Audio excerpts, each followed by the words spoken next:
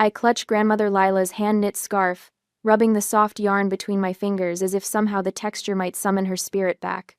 The funeral parlor smells like artificial flowers and furniture polish. I've tucked myself away in the corner chair, watching my family perform their version of grief.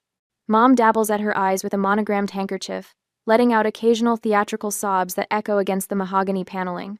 Every few minutes, she slips to the bathroom, emerging with freshly applied mascara and her phone clutched in her perfectly manicured hand. The soft click of her camera captures her sorrowful pose beside the gleaming casket for her social media followers. "This lighting is terrible," she mutters, reviewing the photos. Dad stands near the entrance, his voice rising as he argues with the funeral director. "These charges are completely unreasonable," he snaps, tapping furiously at his phone screen. "My stock alerts don't stop just because—" He glances around, lowering his voice. "Just because we're having a family situation. A family situation. That's what death is to my father, an inconvenient interruption to checking his investment portfolio." My brother Cole slouches in a chair across the room, head bent over his phone, thumb scrolling endlessly. The glow from his cryptocurrency app reflects in his glasses. He hasn't looked up in 20 minutes, not even when distant relatives approach to offer condolences. I close my eyes and remember the weekends at Grandma and Grandpa's house. The smell of cinnamon rolls on Sunday mornings. Grandpa Walter teaching me to change the oil in his first delivery truck, his hands steady as they guided mine. "Hadley girl," he'd say. "Knowing how things work matters more than knowing how to buy new ones." A tear slides down my cheek. A real one. Later, we gather in Aaron Feldman's office. The family attorney's wood-paneled sanctuary lined with leather-bound law books and the faint scent of pipe tobacco.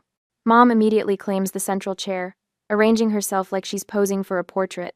Dad stands behind her, hands on the chair back, assuming the position of authority. "I was thinking we could list the Harbor House immediately," Mom says, inspecting her nails. "The market's peaking, and that view will fetch a premium. The boat should sell quickly too," Dad adds, nodding. "And those antiques." "Let's not get ahead of ourselves," Cole interrupts, actually looking up from his phone. "I've already got buyers interested in Grandpa's truck fleet. My startup could use that capital." Aaron clears his throat, silencing the vultures. He looks at me briefly, something unreadable flickering across his face. He pulls out a thick document, placing it deliberately on his desk.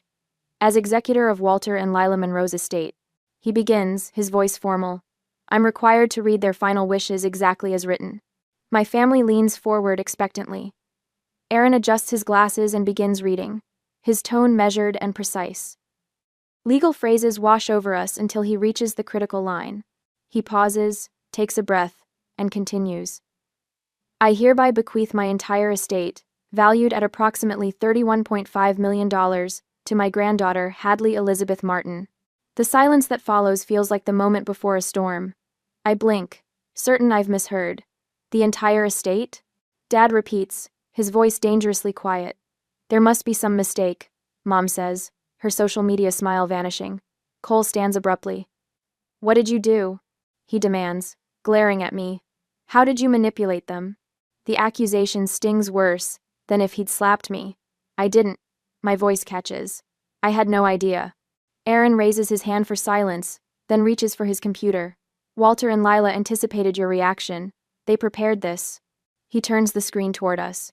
Grandma and Grandpa appear, sitting together on their porch swing. They look tired but resolute. "If you're watching this," Grandpa begins, "then our decision has come as a shock to some of you." Grandma's gentle voice continues. "Gregory, Serena, Cole, we've watched how you speak about us when you think we're not listening, how you plan for our money while we're still living." My throat tightens as memories flood back. Being dropped off at their modest-looking home, which apparently concealed millions while my parents attended networking events. Teenage me helping Grandpa maintain his small fleet of trucks that were apparently the foundation of a shipping empire. Grandma teaching me to bake, to garden, to live with purpose rather than pretense. "Hadley is the only one who ever loved us for ourselves," Grandma says, her eyes welling, "not for what we could give her." The video ends. Aaron closes his laptop with quiet finality. In the parking lot, Dad corners me against my car, his breath hot on my face. "You'll transfer control to me tomorrow," he says, voice low and dangerous. "You can keep 12%. "Darling," Mom coos, appearing at his side, her concern as manufactured as her grief. This kind of money requires experience to manage. You simply aren't equipped. Cole looms behind them. Remember what family loyalty means, Hadley. Remember who takes care of who. I grip my keys tightly, feeling the metal bite into my palm. I need time to think. I manage, voice trembling but firm. Dad's face darkens. Remember who owns your apartment building, Hadley. Remember who can make one phone call and leave you homeless. They walk away, a united front of entitlement. I stand frozen, keys digging into my skin, the weight of $31 million, and my grandparents' trust pressing down on me like a physical force. That night I pace my tiny studio apartment, panic clawing at my chest. Everything I own fits in this room. My life as a school counselor barely covers rent. I have no savings, no backup plan. I sink onto my bed, fingers still clutching Grandma's scarf, when a pounding at my door makes me jump. Management inspection, a gruff voice calls. My phone rings. Aaron's name flashes on the screen. Hadley, he says urgently when I answer. They're planning to lock you out. It's illegal, but they might try. You need to leave. Now. Tears blur my vision as I throw essential items into a backpack, my hands shaking so badly I can barely zip it closed. I never imagined that inheriting a fortune would leave me feeling more vulnerable than I've ever been in my life. But as I grab Grandma's scarf and wrap it around my neck, her voice seems to whisper in my ear. Stand your ground, Hadley girl. Some things are worth fighting for. The following day, rain pelts the windshield as I pull up to Grandma and Grandpa's Gig Harbor home. The sprawling craftsman sits back from the road, wrapped in cedar and stone, modest in design, despite its waterfront location. Nothing like the gleaming modern mansions that have sprung up around it over the decades. I sit in the car, watching raindrops race down the glass, my heart hammering against my ribs. 24 hours ago, I was fleeing my apartment with a backpack of essentials. Now I'm about to enter a house worth millions that somehow belongs to me. The front door opens before I reach it. Miguel Alvarez stands in the entryway, his weathered face solemn. For 15 years, he's managed this estate, becoming more family than employee. Miss Hadley. His voice breaks slightly. Welcome home. I step inside, dripping onto the worn oak floors. The house smells like lemon oil and cinnamon, just as it always has. Your grandmother asked me to give you this. Miguel extends a small brass key. If things went this way. He leads me to Grandpa's study, where a heavy antique desk dominates the room. The key fits a bottom drawer, revealing a weathered leather journal bound with a faded ribbon. She said you would understand when the time came. Miguel squeezes my shoulder before leaving me alone. I curl into Grandpa's reading chair by the fireplace, tucking my feet beneath me as I open the journal. The first entry is dated 10 years ago. Gregory came today asking for another loan. Claimed his investment was guaranteed to triple within months. When Walter hesitated, he reminded us how expensive Cole's college tuition is becoming. We wrote the check. Walter suspects we won't see that money again. My stomach tightens. I flip forward several months. Gregory hasn't mentioned repayment. When I asked, he acted as if I'd forgotten he'd already repaid us. Walter says to let it go. It's only money, he says, but it's the pattern that worries me. I turn page after page, my fingers trembling. Serena brought designers to help update the house today. They measured rooms and took photos while she pointed out how tired everything looks. Later, I caught her photographing the silver service from Walter's mother. She jumped when she saw me, saying she wanted inspiration for her anniversary party decorations. The door creaks open. June Porter, housekeeper for over 20 years, enters with a tray of tea. Her eyes are red-rimmed. You're reading Mrs. Lila's journals. It's not a question. Did you know about all this? I gesture to the open pages. June sets down the tray. I kept records of my own. Mrs. Lila asked me to. She disappears, returning with a banker's box. Financial documents. Loan agreements your father never repaid. Startup proposals from your brother, all defaulted. She places a thick folder on top. And these are copies of property transfer documents your mother tried to get Miss Lila to sign 3 months before she passed. Claimed they were updated estate plans recommended by their advisor. I spread the papers across the desk. Thousands of dollars funneled to Dad's failing ventures. Cole's repeated requests for seed money that never produced results. Mom's attempted property transfers that would have quietly moved ownership before death. They were bleeding them dry. I whisper, For years, June confirms. Your grandfather insisted on believing the best of his son. Your grandmother was more clear-eyed. I find an entry from Christmas 2 years ago. Cole had too much wine at dinner. When he thought Walter and I had gone to bed, I overheard him telling Gregory, "When the old folks die, we're set for life." Gregory laughed.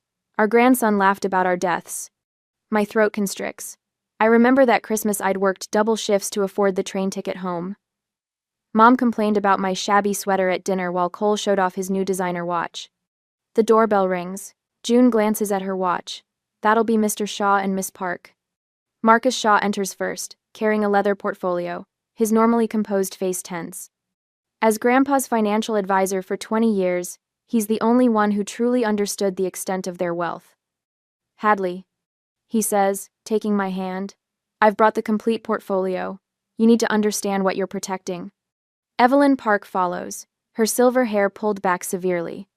Grandpa's business partner at Summit Freight for 3 decades, she carries a stack of company records.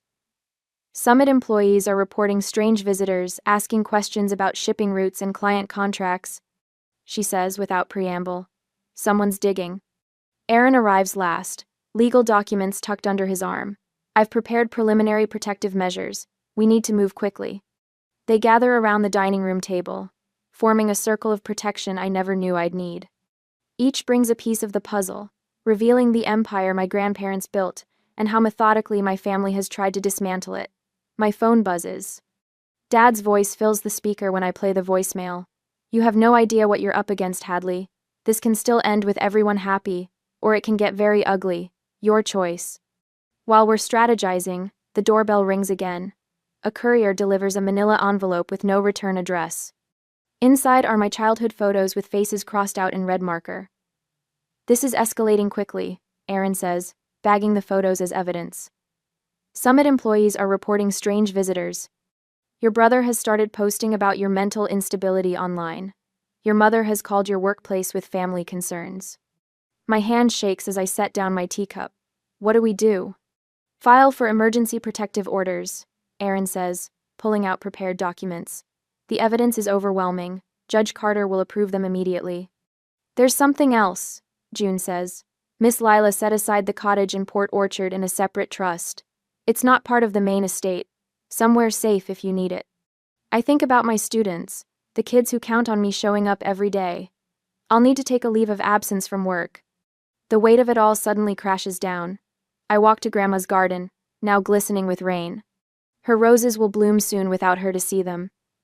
"I never wanted their money," I whisper to the wet earth. "I just wanted them." But as I look back at the house where my unexpected allies wait, I realize Grandma and Grandpa gave me more than money. They gave me the truth, and people who will help me protect it. 3 days into my new old home, my morning coffee goes cold as I stare at the newspaper. The headline glares back. "Family Contest Suspicious Inheritance." My hand trembles as I scan quotes from unnamed family sources, claiming Grandma Lila suffered from diminished capacity during her final months. "They're really doing this," I whisper to the empty kitchen. My phone buzzes with a text from Aaron. "Gregory filed an emergency petition with the court. Claims Lila was mentally incompetent when signing the will. Call me," claims Lila. Before I can dial, a notification pops up. Mom's smiling face fills my screen, a screenshot from the local morning show where she dabbed theatrical tears while describing her concerns about elder exploitation. The caption reads, "Heartbroken daughter speaks out about suspected elder abuse." The walls of Grandpa and Grandma's house, my house, now seem to press inward. I set the phone down, breathing deeply the way I tell my students to when anxiety overwhelms them. Miguel knocks gently before entering. "Miss Hadley, you should see this." He hands me his tablet, open to a social media page Cole created overnight. "Justice for the Monroe Legacy." Already 400 followers. People I've known my entire life commenting about their concerns. "Summit Freight called," Miguel adds, his weathered face solemn. 3 clients received anonymous letters, questioning the company's stability. They're attacking from every angle. My voice sounds distant, unfamiliar. "Your grandfather anticipated this." Miguel gestures toward the study. "Perhaps it's time you saw his business journals." In the oak-paneled study that still smells faintly of Grandpa's pipe tobacco, I open the leather-bound journal from 1987, the year Summit Freight nearly went bankrupt during the recession. Grandpa's neat handwriting fills the page. Third bank rejected our loan application today. Lila says we should sell the house. I won't risk our home. When everyone says you'll fail, that's when you find your backbone. Tomorrow I'll speak with the drivers about a temporary pay arrangement until we weather this. I touch the page, feeling the indentations his pen made decades ago. The words blur as tears well up. There's more, Miguel says, opening Grandma's desk drawer. He removes a small USB drive. Mrs. Lila installed security cameras last year. She never told your parents. On Grandpa's computer, I watch footage dated the day of the funeral. Dad and Cole, methodically moving through rooms, checking values on their phones, wrapping smaller items in their coats before leaving. Mom photographing silver and antiques, wiping away fake tears between shots. They were stealing, I whisper, while pretending to grieve. Mrs. Lila knew. She kept records of everything. The security system chimes, interrupting us. Miguel checks his phone. They're at the gates, all of them. My heart hammers against my ribs as I move to the front window. 3 vehicles idle outside the wrought iron gates. Dad's Mercedes, Mom's Range Rover, Cole's Tesla. Should I call Aaron? Miguel asks. I straighten my shoulders, remembering Grandpa's words. Finding your backbone. No, I'll handle this. The intercom crackles. Dad's voice, professional and commanding. Hadley, open the gates. We're here to collect family heirlooms that rightfully belong to all of us. I press the speaker button. I'll meet you at the front steps. Summer sun beats down as I stand alone on the wide limestone steps. The gates swing open automatically. I want witnesses to whatever happens next. Dad strides forward first, briefcase in hand, expression controlled but eyes flickering with calculation. Mom follows, camera ready in a tasteful black dress, while Cole lingers slightly behind, shoulders hunched. This has gone far enough. Dad announces, projecting his voice like he's addressing a boardroom. We're here for great-grandmother's silver service and the Tiffany lamps to start. For that. Those items were specifically listed in the will as part of my inheritance, I say, my voice steadier than I feel. A will we're contesting, Mom interjects, her practice concern slipping. Sweetheart, you're in over your head. Let us help manage things until the courts sort this out. Cole steps forward suddenly, attempting to move past me up the stairs. I'll just grab my stuff from my old room while we're... He freezes as lights flash and a low hum fills the air. The new security system Aaron installed activates, red indicator lights blinking along the perimeter. Trespassing prevention measures, I explain quietly. The property is now monitored by multiple cameras streaming to a secure server. Mom gasps dramatically, clutching her chest before slowly sinking onto the manicured lawn. My own daughter, treating family like criminals. The crunch of gravel announces new arrivals. Miguel approaches from the side of the house, carrying a leather binder. Miss Hadley, I've brought the complete inventory of household items as you requested, with provenance documentation. Miss Hadley? June's compact figure appears next, her gray hair neatly pinned back. I witnessed them taking items after the service. She announces loudly. I've provided a sworn statement to Mr. Feldman. A silver sedan pulls up behind my family's vehicles. Evelyn Park, Grandpa's business partner of 30 years, steps out, followed by 5 longtime Summit employees in company polos. We came to show support. Evelyn says clearly. Walter and Lila built this company on integrity. We stand by their wishes. Aaron's BMW glides to a stop next. He exits with a leather portfolio. Ah, perfect timing. I was just coming to update Hadley on the restraining order, but since you're all here, I can serve these papers directly. Dad's face reddens as Aaron approaches with documents. Mom remains sprawled on the grass, her theatrical collapse forgotten as she watches the growing audience with calculation in her eyes. From the street, a cluster of people gather, neighbors, friends of my grandparents, watching quietly, finding strength. I didn't know I possessed. I step forward. This ends today. My voice carries across the suddenly silent driveway.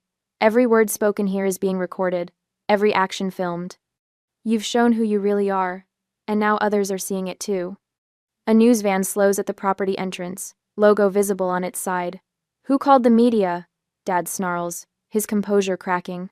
We did, calls Mrs. Henderson from across the street, waving her cell phone. Neighborhood watch. We look after our own. For the first time since Grandma's death, I see real fear in my father's eyes. He glances at the growing crowd, the cameras, the papers in Aaron's hand. This isn't over, he mutters, but he's already retreating toward his car. Mom miraculously recovers from her fainting spell, hurrying after him with one worried glance at the news van. Cole hesitates, looking at me directly for the first time. Something unreadable crosses his face before he follows our parents. That night, I stand alone in my grandparents' bedroom, untouched since their passing. Grandma's knitting basket sits beside her reading chair, needles protruding from an unfinished blue scarf.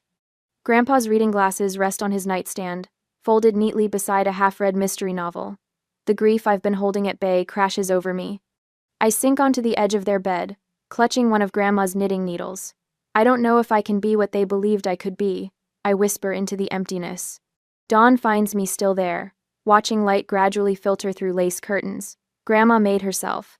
Something settles in my chest, not peace exactly, but resolve. Later that morning, the team gathers in Grandpa's study, Aaron with legal folders, Marcus with financial projections, Evelyn with summit operations reports.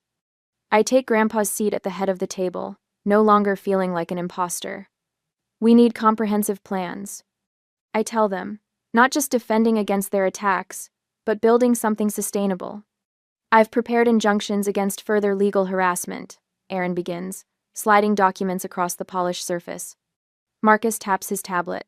I've secured the accounts and investments with additional verification protocols. Summit's employee meeting went well, Evelyn reports. Once they understood your commitment to maintaining operations and jobs, morale stabilized. We're not just defending, I say, echoing Grandpa's steady voice in my memory. We're building. A soft knock interrupts. June enters, carrying a dusty cardboard box. Found this in the attic storage. Thought you should see it. The box label, in Grandma's neat handwriting, reads simply, "In case of Gregory." Inside lie decades of meticulously organized materials, letters, recorded conversations, financial records, dated and cataloged with my grandmother's characteristic precision. At the bottom, wrapped in acid-free paper, lies a small leather-bound book. My breath catches as I gently lift it out. Is this what I think it is? I whisper. June nods, her eyes knowing. Mrs. Lila said you'd recognize it when the time came. I hold Grandpa Walter's original business ledger from 1962, the founding document of Summit Freight, containing the legal framework that would make challenging the will nearly impossible. Our meeting adjourns with new determination.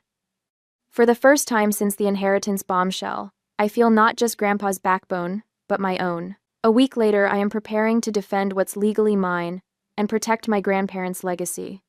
I sit at Grandpa Walter's antique oak desk, running my fingers over the worn edges where his hands rested for decades. The leather chair still holds the impression of his body, a physical memory that comforts me as I lift the phone receiver for what feels like the 100th call today. Mr. Delgado. Yes, this is Hadley Martin. I appreciate you taking my call. I straighten my posture, channeling Grandpa's quiet confidence. I'd like to discuss the expansion of the profit-sharing program for Summit's drivers, effective immediately. The morning passes in a blur of meetings, each one another piece of the plan we've crafted. Summit Freight employees file into the study throughout the day, weather-worn drivers with calloused hands, office staff with curious eyes, mechanics with grease-stained fingers. Each leaves with shoulders a little straighter, eyes a little brighter. My grandfather believed a company is only as strong as the people who build it daily, I tell the gathered department heads. Starting next month, every employee participates in the expanded profit-sharing program. Healthcare coverage increases to include dependents. The education fund doubles. Evelyn hands out the detailed packets, while Marcus projects the financial models showing long-term sustainability. The room erupts in applause, genuine and warm, nothing like the hollow social media applause my mother craves. Dr. Reynolds, I say later, phone pressed to my ear as I review the community needs assessment spread across the desk. The foundation wants to focus first on vocational training scholarships. My grandfather believed in the dignity of skilled trades. The foundation expert on the other end speaks excitedly about implementation timelines. I jot notes in the margins of the assessment, circling areas of greatest impact. My phone buzzes with a text from Aaron. Gregory contacted 3 major clients directly, claiming family concerns about Summit's stability. I exhale slowly, feeling the familiar tightness in my chest. The desk phone rings minutes later. Summit's operations manager reporting that Mom showed up at my school, cornering the principal with concerns about Hadley's state of mind. Principal Kovacs didn't buy it, he assures me. Said your mother seemed more unstable than you ever have. A knock at the door reveals Miguel, his expression grim as he holds a sealed package. This was delivered by courier, no return address. Inside, a thick folder labeled Evidence of Manipulation contains photos of me with my grandparents, annotated with dates and suspicious questions. Email printouts of supposed psychological assessments. Medical records with highlighted passages suggesting my undue influence. I flip to the last page and burst into unexpected laughter. They've accidentally included their own threatening emails to Grandma Lila from last year, complete with Gregory's signature block and legal threats when she refused to transfer property titles. They're getting desperate, Aaron says when I call him. Good thing we anticipated this. The next morning dawns clear and cool as I prepare for the Chamber of Commerce luncheon. Dad had planned this moment for weeks, according to our sources, a public confrontation where I'd be forced to defend myself among the business elite of Gig Harbor. Ready? Evelyn asks as we pull into the country club parking lot. Marcus adjusts his tie. Remember, stay calm no matter what, we've got this covered. The banquet room falls quiet as we enter. Gregory's face darkens when he spots us, his body tensing like a predator preparing to pounce. I feel dozens of eyes tracking our progress to the reserved table. I've barely taken my seat when Dad approaches, his voice pitched to Carrie. There she is, the girl who's destroying our family legacy. Walter would be ashamed of what you've done to Summit Freight. Before I can respond, Chamber President Jack Wilson stands, tapping his water glass. Actually, Gregory, we're recognizing Summit Freight today for 40 years of business integrity and community service. Walter Monroe established this award, and we're honored to present it to his chosen successor. The room erupts in applause as Jack gestures for me to join him at the podium. My legs feel wooden as I rise, acutely aware of Dad's reddening face and Mom's frozen smile. My grandparents built Summit Freight on 2 foundations. I say, accepting the Crystal Award, excellence in service and investment in people. Their legacy isn't measured in dollars but in lives improved. The standing ovation washes over me in waves. Former drivers share stories of Grandpa helping them through tough times. Charity directors praise Grandma's quiet generosity. The community college president announces the new vocational scholarship program, funded by the Monroe Foundation. Later, Aaron's press release detailing Summit's employee protections makes the evening news, alongside statements from June and Miguel about my parents' treatment of my grandparents in their final years. The effects ripple through town like stones dropped in still water. Gregory's business partners request distance. Mom's social circle excludes her from fundraising galas. Cole's startup investors withdraw after learning of the pattern of financial manipulation. The country club board puts their membership under review. I refuse every interview request, every opportunity to criticize them publicly. We focus on building, not tearing down. I tell Miguel when he brings me the latest invitation from a morning show. The first crack appears 3 nights later. My phone rings at 11:36 p.m. Mom's ringtone. Hadley, she sobs, voice thick with what sounds like genuine emotion. This isn't what I wanted. You have to believe me. I say nothing, letting the silence stretch between us. Your father. She begins, then stops. I never meant for things to go this far.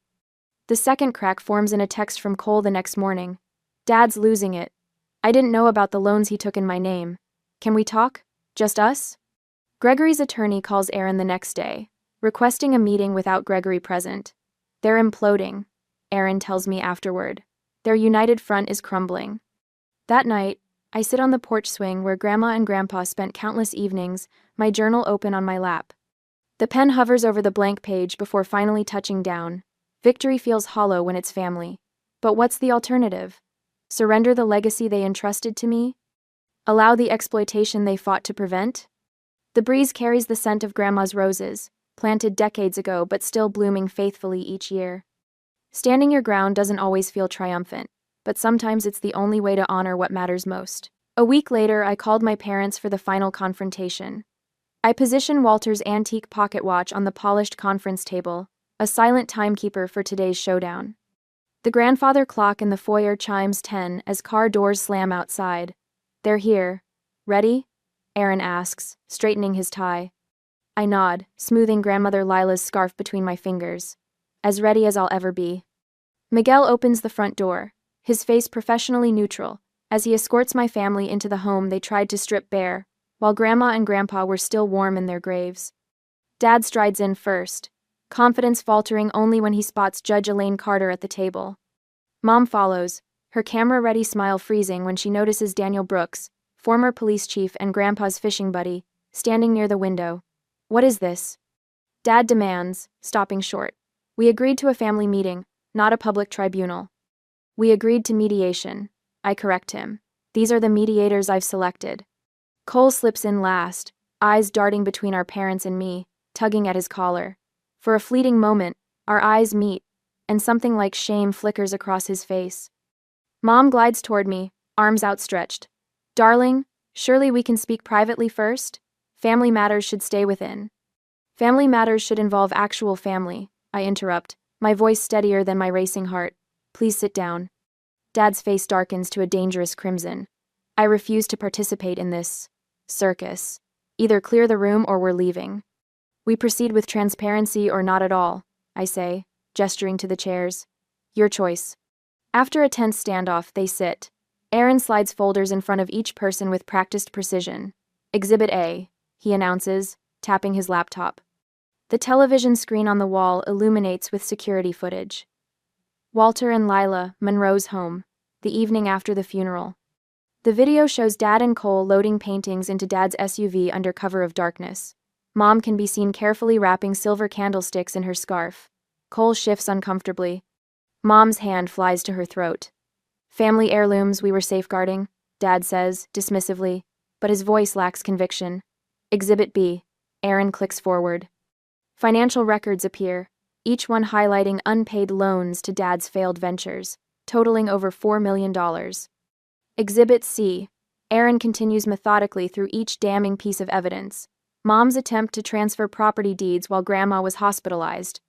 Cole's string of defaulted startup investments, recorded phone conversations plotting asset division before Grandpa had even passed. With each revelation, Dad's rage builds visibly. His knuckles whiten around the folder edges. Mom's carefully constructed victim persona crumbles, mascara tracking down her cheeks. Cole stares at the table, shoulders hunched.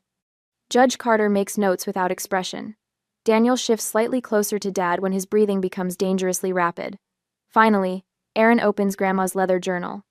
In Lila Monroe's own words, dated the 14th of June last year, Gregory demanded another $100,000 today.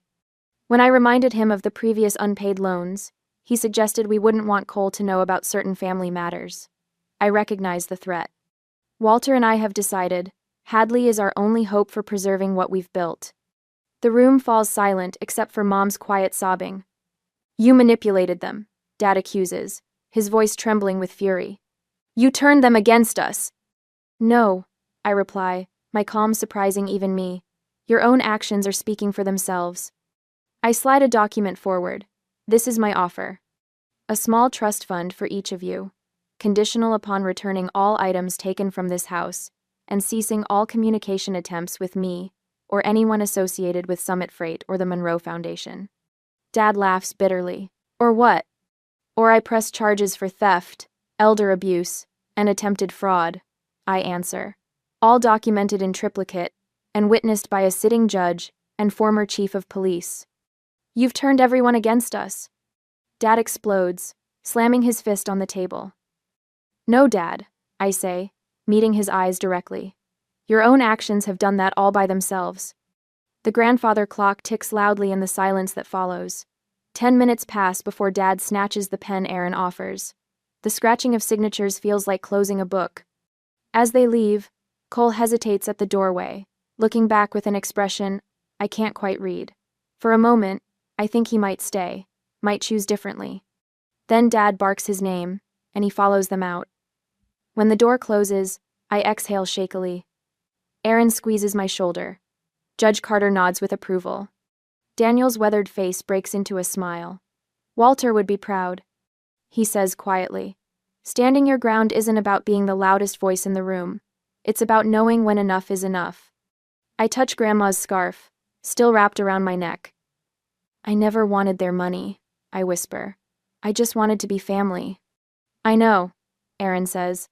That's exactly why your grandparents trusted you with everything they built. Outside, engines start, car doors slam, they drive away, and something in me knows it's for the last time. I am my grandparents' legacy now, not their money, their values. And some boundaries, once set, must never be crossed again. 6 months after the final confrontation, I still arrive at school by 7:30, my counseling office, a sanctuary of listening ears and steady advice. The brass nameplate Hadley Martin, student counselor, remains the title I cherish most, despite the trust documents bearing words like executor and beneficiary. This morning, a small clipping from the business section sits on my desk. Summit Freight announced record profits under its new employee ownership model.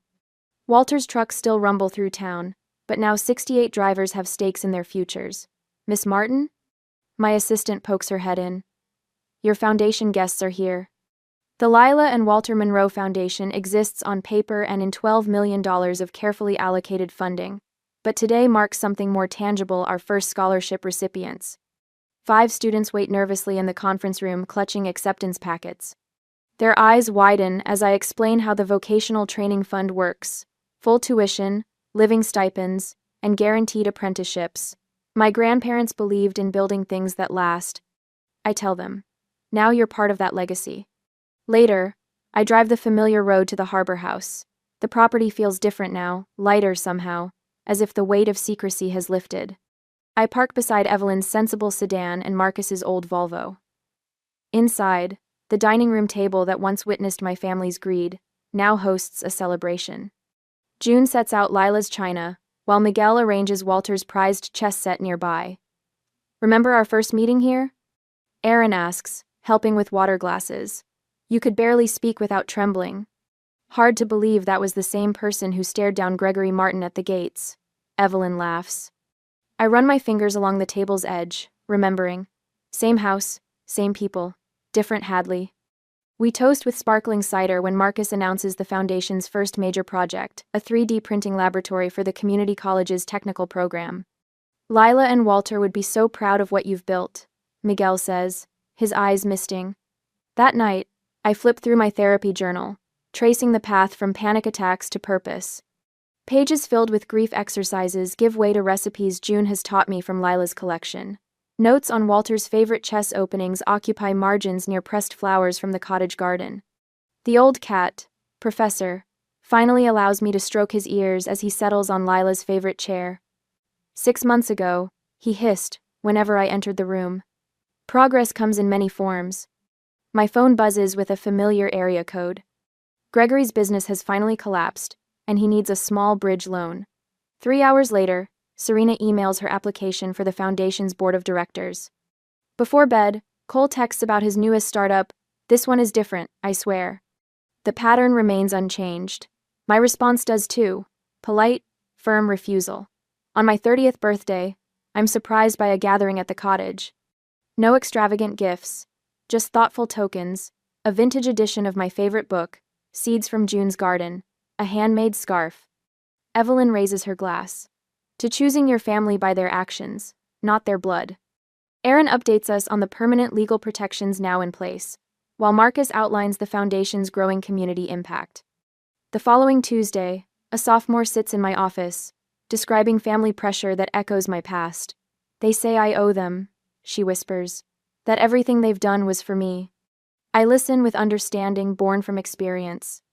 When she finishes, I hand her a carefully prepared packet: therapy options, legal resources, boundary-setting worksheets. Your worth isn't measured by their approval. I tell her, words I needed to hear 6 months ago. At sunset, I walk the property grounds, stopping at the newly planted grove, 1 tree for each scholarship recipient. A small bench bears a simple plaque: Legacy Lives Through Love, Lila and Walter. I open Lila's journal to its blank final pages and begin writing my own entries. Looking up at the warm glow of house lights, I feel a peace that money could never purchase. The inheritance that matters most wasn't in the bank accounts after all.